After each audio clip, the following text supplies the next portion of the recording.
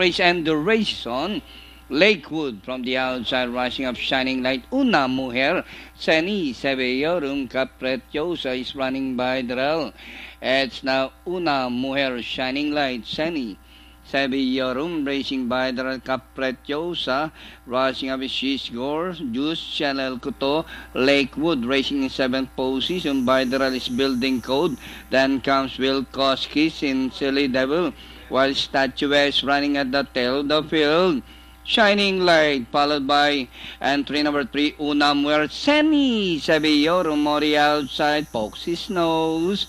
Seni Seveyorum by a length and a half, Shining Light, Una Mujer, she's gorgeous, rushing up Mori outside, is Building Code, and Chanel Kuto, Lakewood, rushing up, takes 7th position, and still moving up as they race to final corner.